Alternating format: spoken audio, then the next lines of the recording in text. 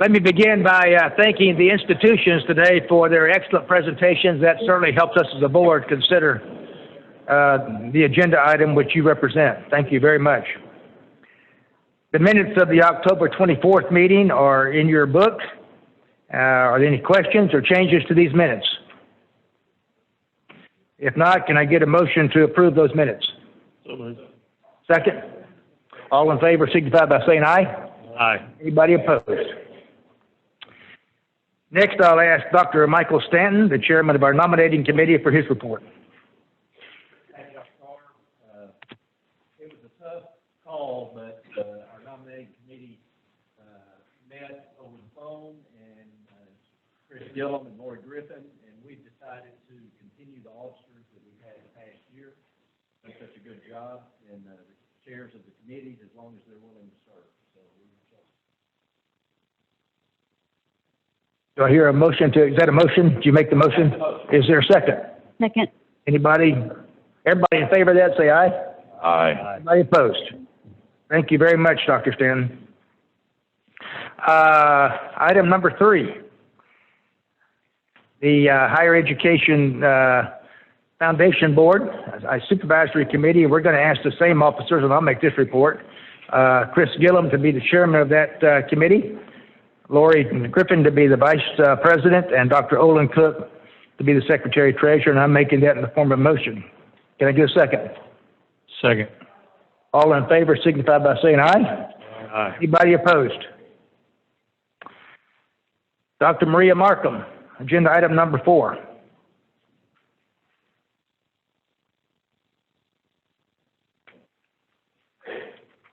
Thank you, Mr. Chair. Agenda item number 4 allows the coordinating board members and ICAC to receive expense reimbursements for performing official duties of the board. So we recommend this item for your approval. So moved. Second, okay. I hope all of y'all are in favor of this. All in favor say aye. Aye. Anybody opposed? Okay, thank you. Dr. Markham. We have 2 additions to our ADHE staff. We have a new financial aid program specialist, Mr. Quentin Morgan, and a new senior technology analyst, Ms. Rachel Lewis. And as you will notice, per our usual practice, we have stolen both of those employees from institutions within our state. And we are also looking for another financial aid program specialist, so everyone, you're on alert that we will be looking at your people as well. We also have some new institutional leadership, and I would like to bring to your attention of the 3 new presidents and chancellors. They all come from our in-state institutions. So we are growing our own and moving them into leadership roles. Lisa Willenberg has been with UACCM for 27 years, and she was selected as the new chancellor there.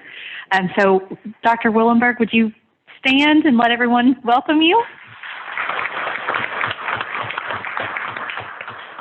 And then Dr. Peggy Doss was chosen as chancellor at UA Monticello. She was the provost and vice chancellor for academic affairs there previously and had been a dean in their College of Education for 10 years. So she is moving to the role of chancellor. Dr. Doss?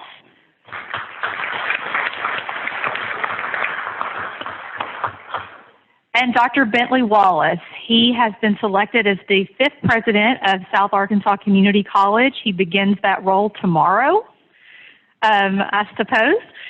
He was the dean of the School of Technical and Professional Studies at Pulaski Tech for several years.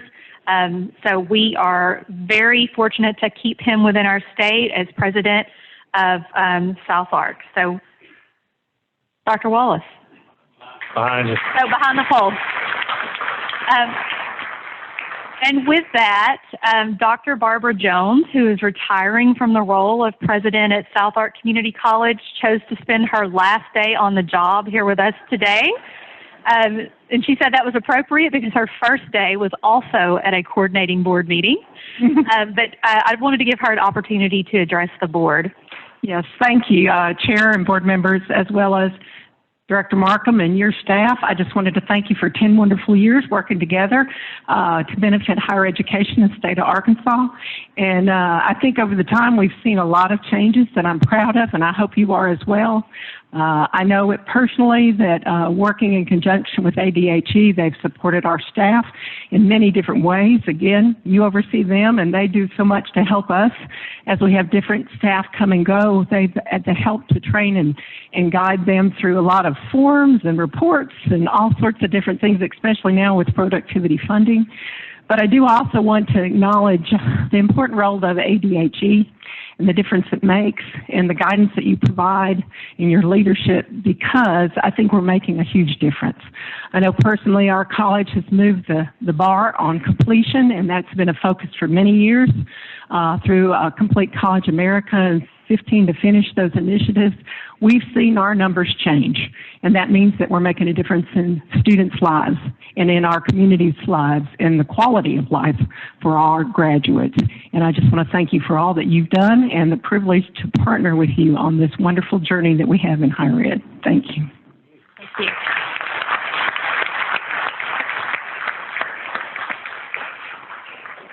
And before I welcome Dr. Steve Cole from UA-Cossatot, one programming note. You know, we've been featuring the winners of our Closing the Gap Awards over the past year and a half. UA-Cossatot is our final presentation in that series, and beginning with our April board meeting, we will be highlighting outstanding students. So we will be looking for exceptional students across your campuses to highlight and feature at these meetings. So with that, I'll turn it over to Dr. Cole.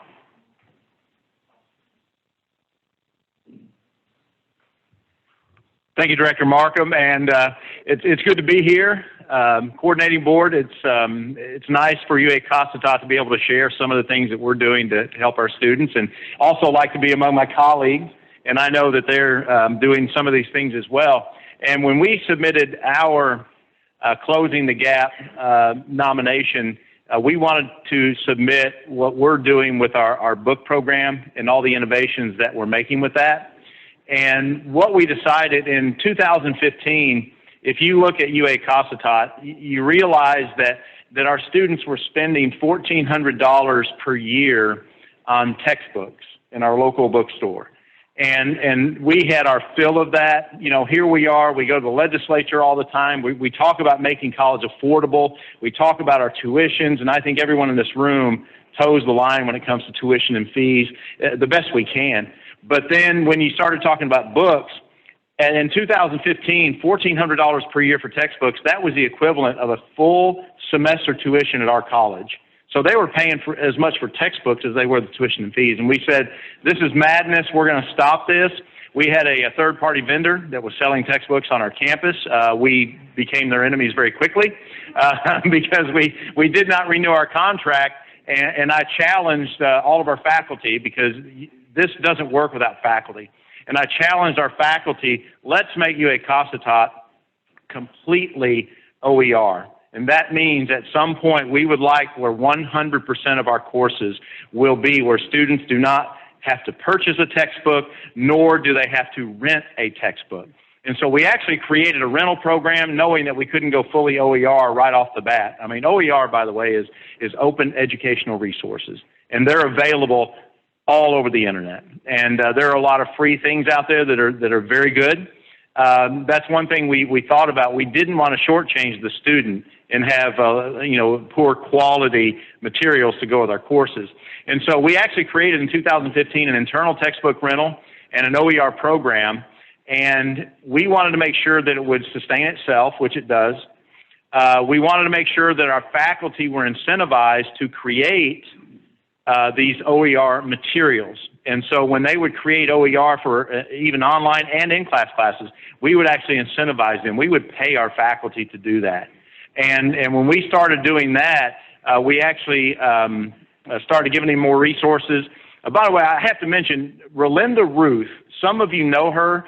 She was going to be here today. She's been on some of the campuses in the state that are wanting to learn more about our program.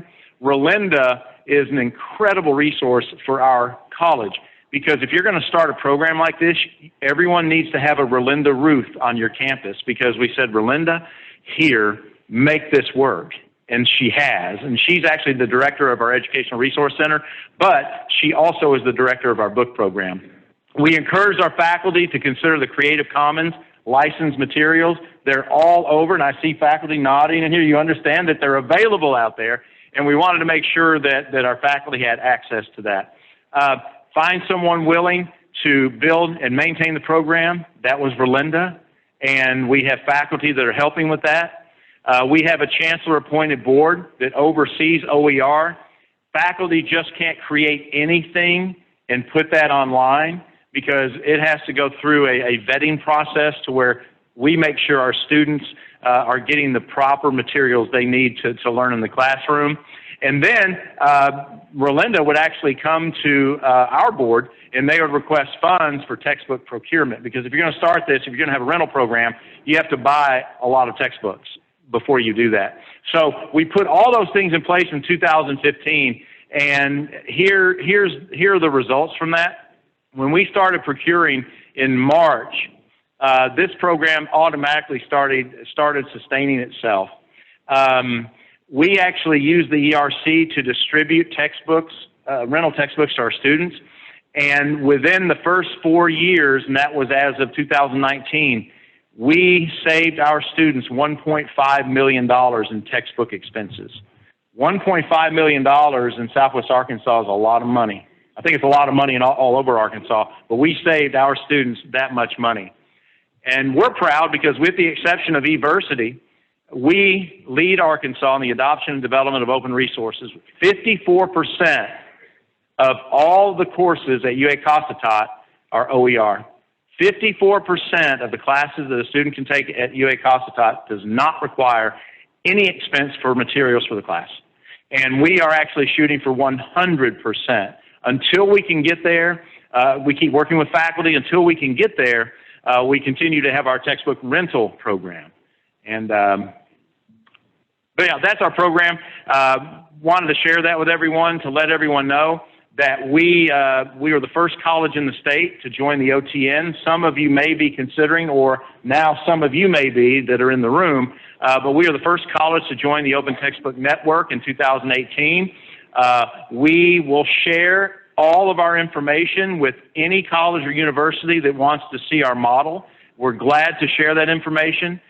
We actually, Verlinda, I just mentioned Verlinda, she actually is a committee member of the National OTN program.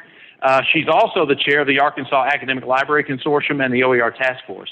And so decide to do it, get a Verlinda Ruth, get your faculty to buy into it, and this is how you can build a program that is so beneficial for our students who can rarely afford that many textbooks. And so that's my presentation. I wanted to keep it very brief, Madam Director, so I hope I've done that.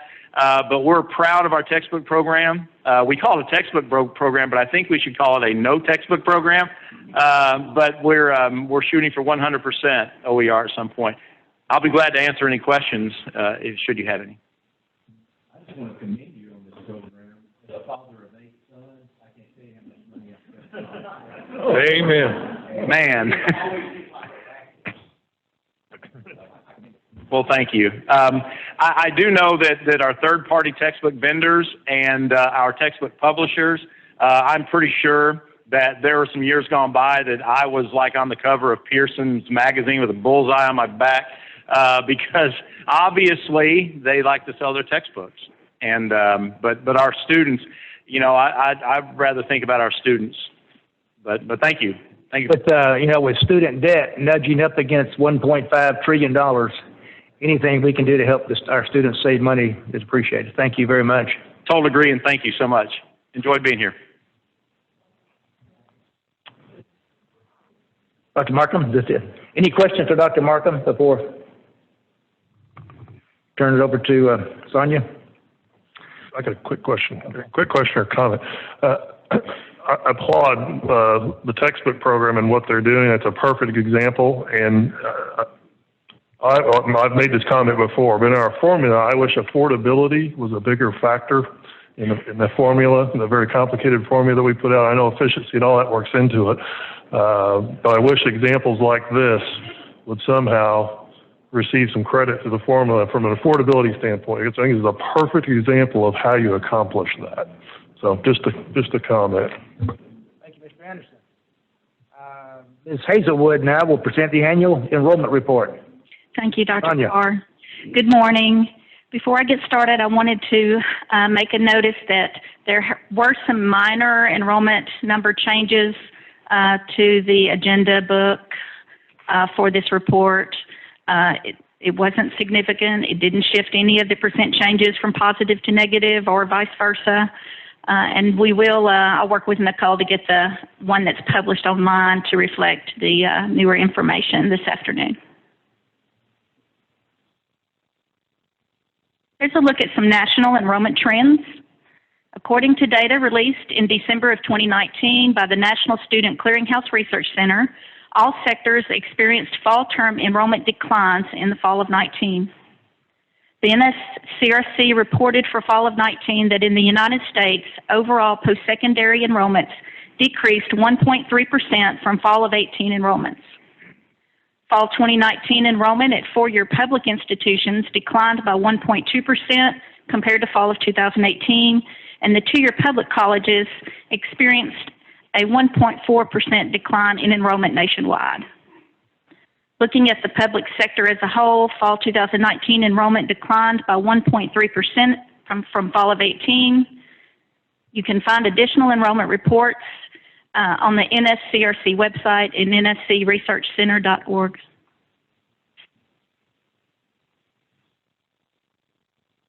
The total unduplicated enrollment for fall 2019 in all sectors of Arkansas higher education, including public universities, public colleges, private independent colleges and universities, and 2 nursing schools, was 156,491 students, representing a one-year decline of 1.6%.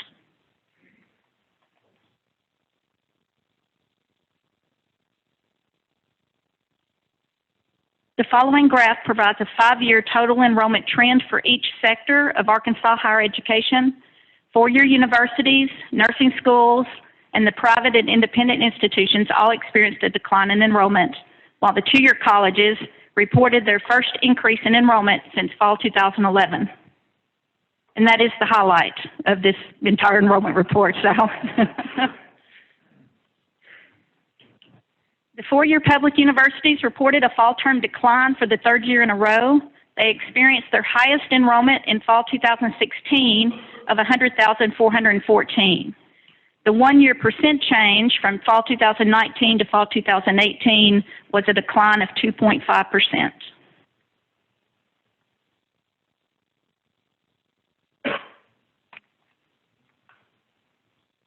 In fall 2019, the 2-year public colleges reported their first fall term enrollment increase since fall 2011, where they reported their highest enrollment of 61,936.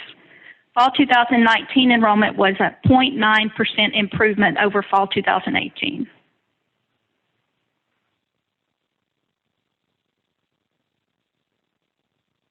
Our private and independent colleges' fall term enrollment has declined the last 4 years. Fall 2019 enrollment was a 3.2% decline compared to fall 2018.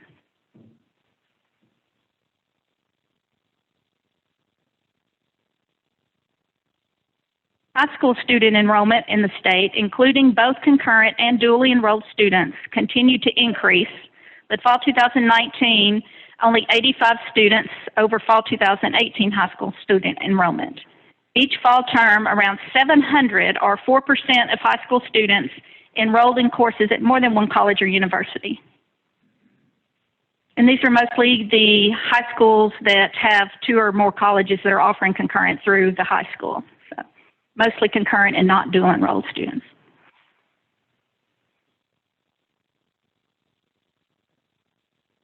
Undergraduate enrollment reported here does not include high school student enrollment. Undergraduate enrollment had its largest decline in 5 years of 2.4%. The largest undergraduate class on record is 142,442, reported back in the fall of 2011. When compared to fall 2019, we have about 25,000 less undergraduate students in the state of Arkansas.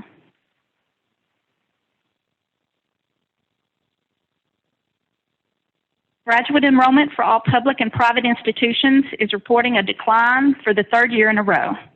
The largest graduate enrollment on record was reported in fall 2016 at 17,674.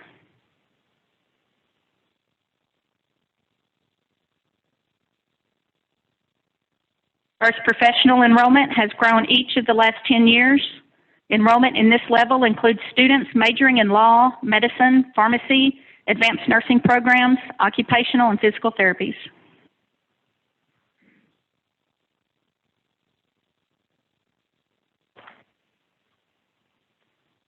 Now we're going to look at it by institution. This is the first chart for our public universities. We have a 5-year fall term trend here. The last column provides you a 1-year % change between fall of 18 and fall of 19, and the column right before that provides you a change looking back at the fall of 2015. HSU and SAU were the only two public universities reporting a fall 19 enrollment increase over fall 2018. UALR and UAM reported the highest enrollment declines from fall 18 to fall 19 of more than 8%.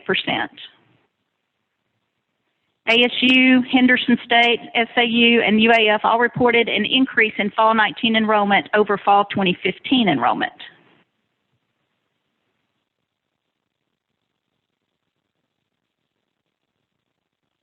Our public universities, a look at the high school student enrollment. Enrollment for both high school concurrent and dual enrolled students is included in this table. Comparing fall 2018 to fall 2019, SAU reported the highest percentage increase of 29.3%. HSU has grown their high school student enrollment from 3 students in fall 2015 to 459 students in the fall of 2019. And Arkansas Tech reported the largest high school student enrollment of 3,028.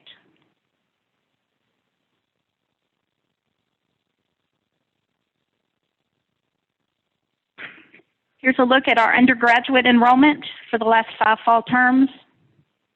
Only 2 public universities, Arkansas Tech and UAMS, reported 1-year increases in undergraduate fall enrollment. Arkansas Tech reported a 0.5% increase in undergraduate enrollment, and UAMS reported almost 10% increase. SAU and UAF both reported an increase in undergraduate enrollment when looking back to the fall of 2015.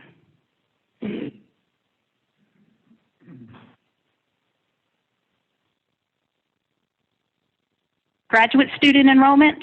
Unlike the undergraduate enrollment, more than half of our public universities saw an increase in graduate student enrollment from fall 18 to fall 19.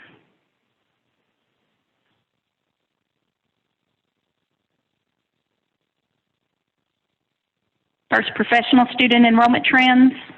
Enrollment in this level again includes students majoring in law, medicine, pharmacy, advanced nursing programs, occupational and physical therapies. ASU, UALR, and UCA all reported increased first professional enrollment between fall 18 and fall 19.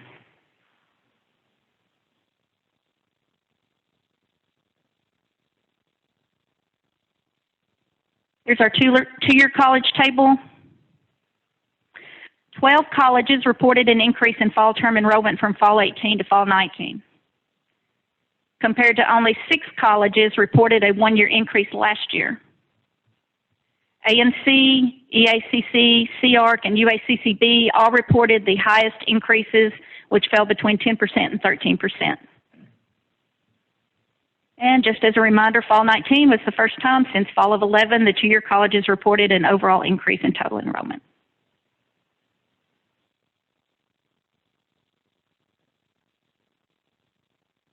Look at the high school enrollment for our 2-year colleges.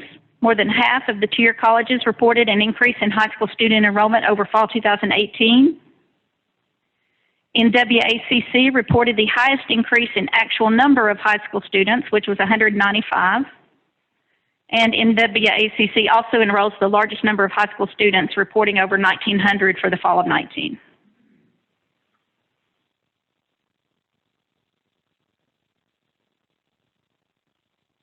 Here's our 2-year college undergraduate enrollment. So this is the enrollment that excludes the high school students. Half of our 2-year colleges reported an increased fall 2019 undergraduate enrollment over fall of 18. CCCUA and EACC reported the highest percent changes over fall 2018.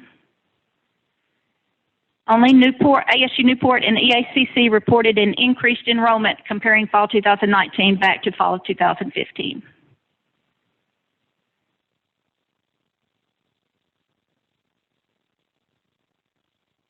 For our private, independent, and nursing schools, the nursing school at Baptist Health reported a 0.5% increase over fall 2018, while the Jefferson School of Nursing reported a decline. The Arkansas Colleges of Health Education in Fort Smith is showing steady growth in its first 3 years. And Williams Baptist College reported a 13.5% fall 19 enrollment increase over fall 2018.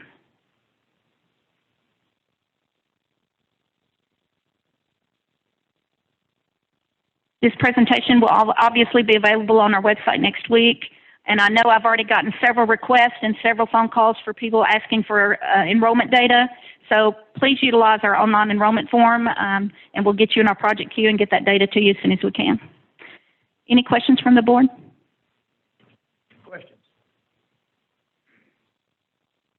I would like to ask a general question to our audience. Well, it's a little early, but I want to ask you what you're seeing for this coming fall in terms of applications and students.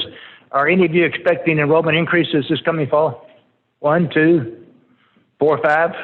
Anybody expecting enrollment decline? That doesn't mean the rest of you don't know. Yeah, be interesting to see what happens this fall. Yeah, we got several though expecting an increase this fall. Any questions of Ms. Hazelwood? Thank you. Thank you. Ms. Bowles now will present the annual report on institutional certification. So I'm presenting the out-of-state and private institutions, the version of what Sonia just presented, only a lot less detailed. So the ICAC oversight is out-of-state post-secondary institutions and for-profit institutions and some private institutions in the state.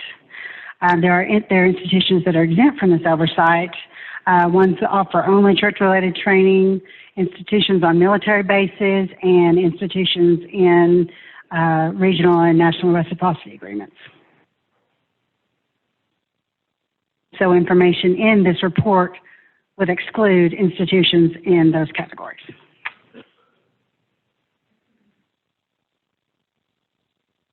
So in the past year, we had 37 institutions that fell in this category. They're offering online and on-campus programs to Arkansas students. And you can see the breakdown there of the types of institutions and the mode of delivery that they used.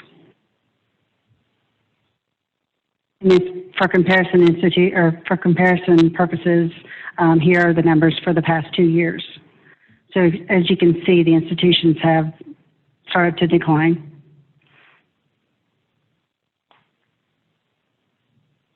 These are the types of degrees that are offered at these institutions for Arkansas students. And then I've included the previous year, so you can see that the number is also declining.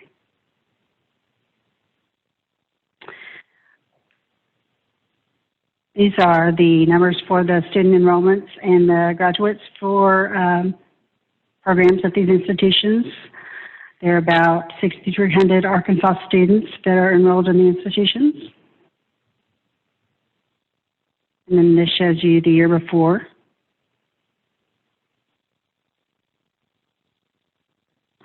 This is a breakdown of the types of the levels of degrees offered by these institutions.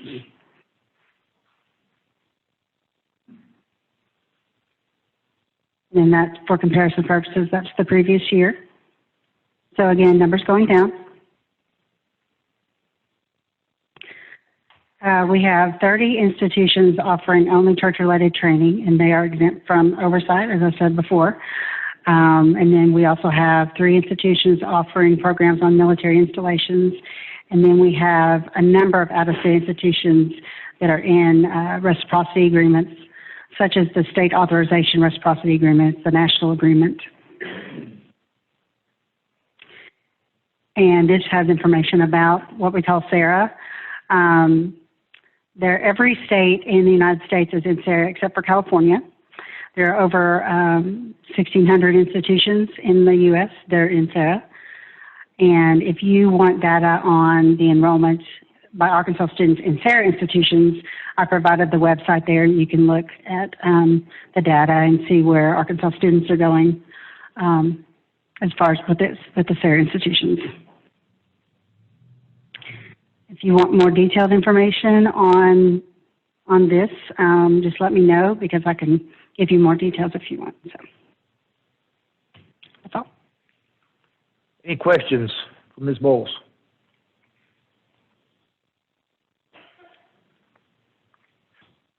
Thank you very much.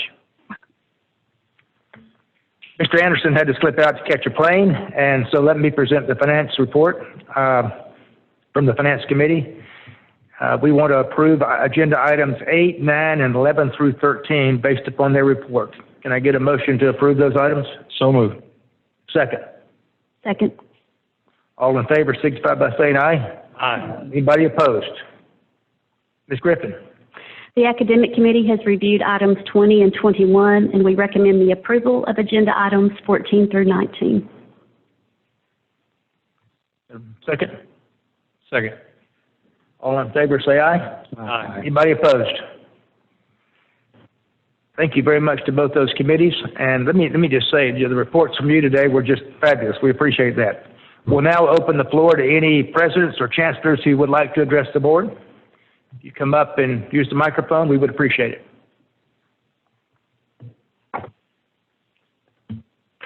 No takers. Okay.